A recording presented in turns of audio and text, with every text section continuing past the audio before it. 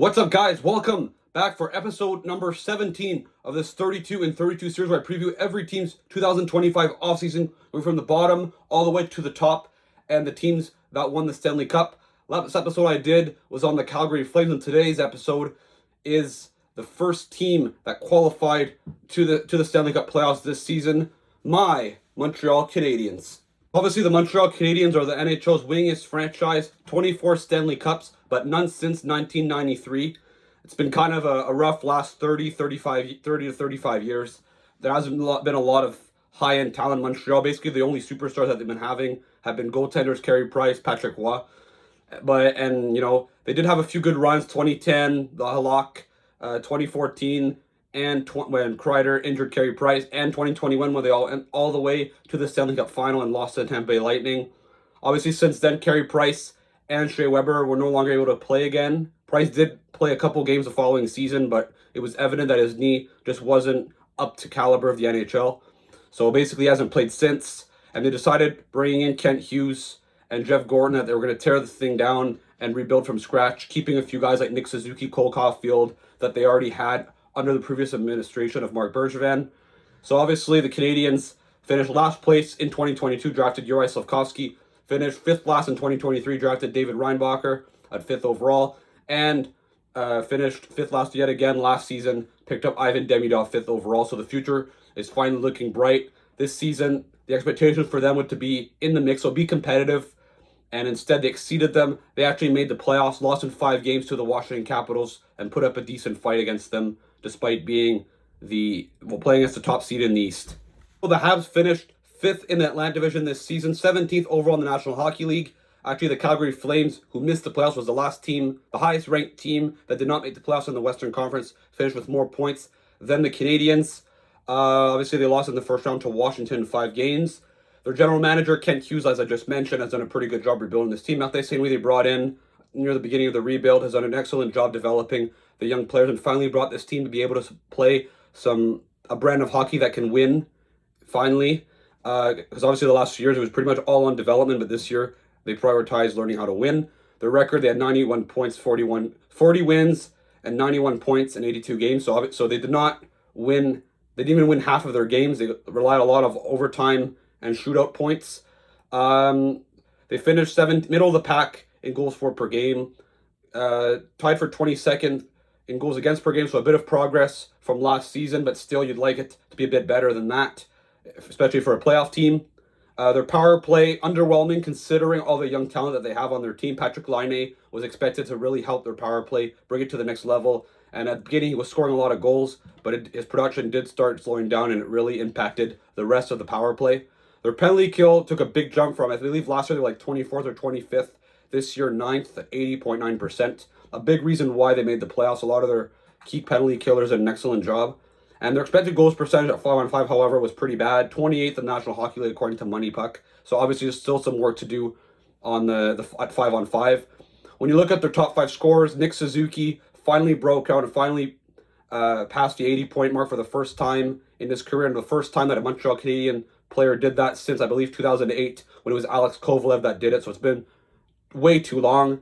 Cole Caulfield also finally broke the 30-goal mark, 37 goals, 70 points in 82 games. In my opinion, he probably should have scored more goals than that, considering that Patrick Laine took his spot on the top power play. So let's say Laine wasn't there. I think Caulfield easily would have gone he would have for sure gone more than 40 goals, maybe even get 45 or more, and maybe even finish. Wouldn't be even surprised that he could have finished second in the league behind Leon Draisaitl. I believe number 2 was like Nylander with like 46. So I'm not counting that possibility. Lane Hutson, a revelation. The rookie defenseman got 66 points in 82 games. He's probably going to win the Calder Trophy. He only scored 6 goals, but his shot isn't that elite. It's really his playmaking. His defensive game improved as the year went on as well. Juraj Slafkovsky, the first overall pick in 2022, had an amazing breakout season in the second half last season. There were high expectations for him this year. Unfortunately, did not really meet them. He did beat a career high, but that's because, like I said, last season he started really slow. There's still some potential, obviously, that he become that star player. However, we saw still some flaws in his game. He still got work to do. But he was very good in the playoffs for them. And Brendan Gallagher had a resurgence this season, scoring 21 goals, 38 points in 82 games. Obviously, everyone thought this guy was finished, even as soon as last season. And, he proved I went wrong. He's obviously still a very hardworking player. His finishing hasn't really gone down. It's obviously he's playing lower in the lineup compared to in previous years, and he played all 82 games as well. This is a guy that's been injury prone for quite a while, so that's nice to see. When you look at their goaltending, Samuel Montembeault established himself as a true number one goalie in the National Hockey League, 62 games. You see here his save percentage only .902, but remember, he played the Montreal Canadiens were one of the worst teams in the league the first half of the year.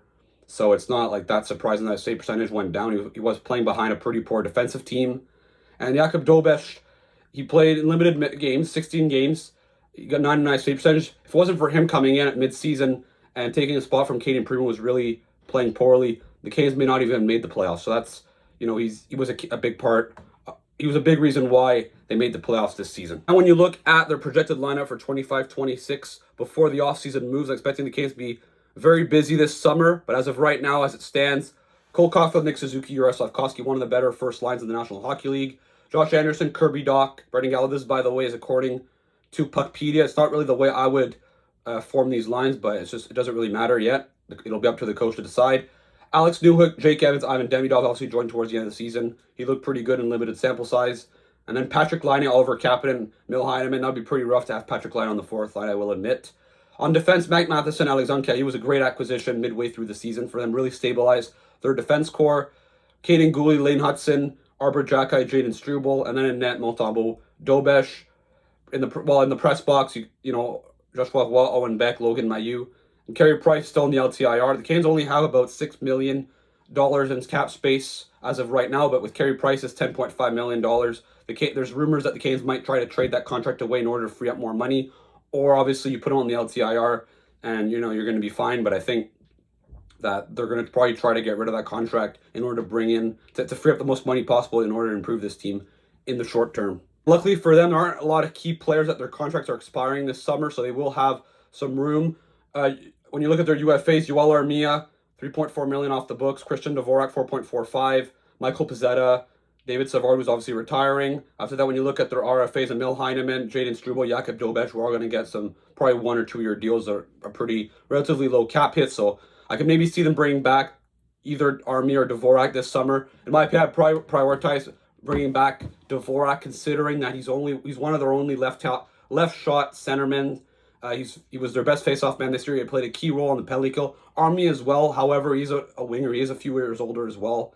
So I think that I would rather bring back Dvorak, but I wouldn't be surprised to let go of both and try to bring in different centermen, different depth players that are also bring us some of the younger guys for next season. Now, when you look at what's coming up, future is very bright for this team. They have a lot of really, really good prospects. Ivan Demidov, 5th overall pick in 2024. I think he's going to be the Canadiens' top offensive player within 3 to 4 years. He's an amazing player. David Ryan, and probably going to win the Calder Trophy next season. David Reinbacher, 5th overall pick in 2023. Obviously, he's had a lot of injury problems with his knee. He only played a handful of games for Laval this year. Luckily for him, the Laval Rocket did go pretty far in the Calder Cup playoffs, which made him get some more action. But I think that he's probably going to start the season in Laval again and probably going to get a mid-season call-up. Jacob Fowler, 69th overall pick in 2023, looking like, well, he's probably one of the top 3, maybe even top 2 goalie prospects in all of hockey. He's probably the Canes' future number 1 goalie, but still probably 2 or 3 years away. Michael Hage, 21st overall pick 2024 last year.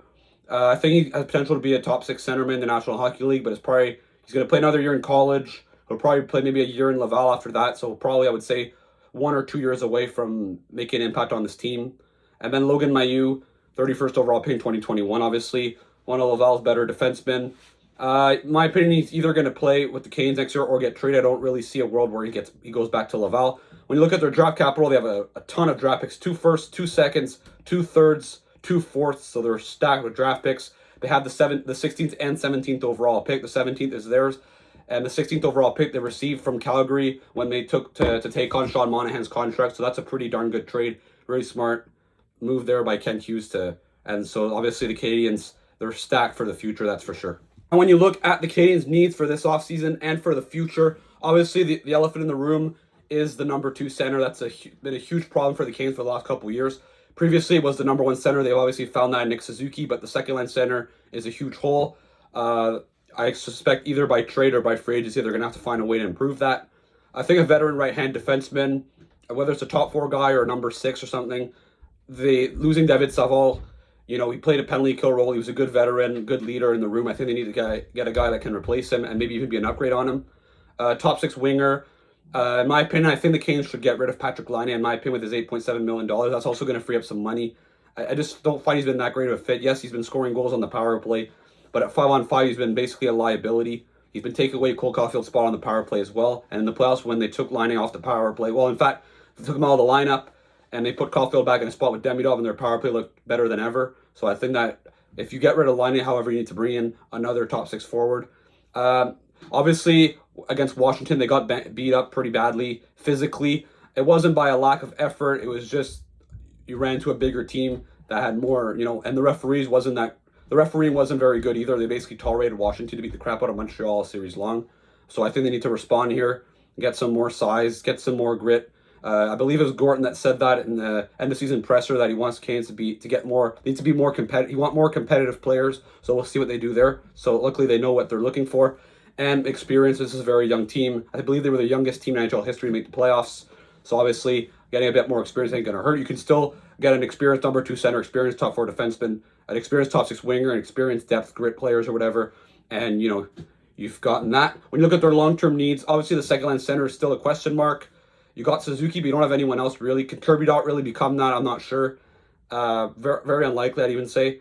Michael H has the potential, but in my opinion, I could easily see a world where he is a winger or maybe even a third line center. So the Canadiens, that's still something that they got to look at. Maybe Ivan Demidov also could maybe become a centerman in the future. We'll see. So that's still a question mark. It's not a hole yet, but it's a question mark. And obviously more size and grit. They do have a few guys in Laval like Jacky, like Mailloux, Reinbacher that are bigger guys, etc. But I think that's still a focus that they're going to have to look at over the next few years in order to really get this team to the next level and to a contender, because they do have the pieces in place to become one of the best teams in National Hockey for the next decade and a half. So that puts it end to this video. Let me know in the comments, what should the Montreal Canadiens do this summer to improve this team? Who should they target to be their number 2 center? What should they do with their 2 first-round picks? Should they decide to draft both picks? Should they package them in a deal? Should they only choose one to trade and keep the other one? Let me know. Don't forget to check out some of my previous videos that I made and the ones that are going to be coming out. If you're a fan of Montreal Canadiens, don't forget to check out some of my French videos that I'm going to be making on them over the next few weeks. Don't forget to like and subscribe, and I'll see you again for another video. Ciao!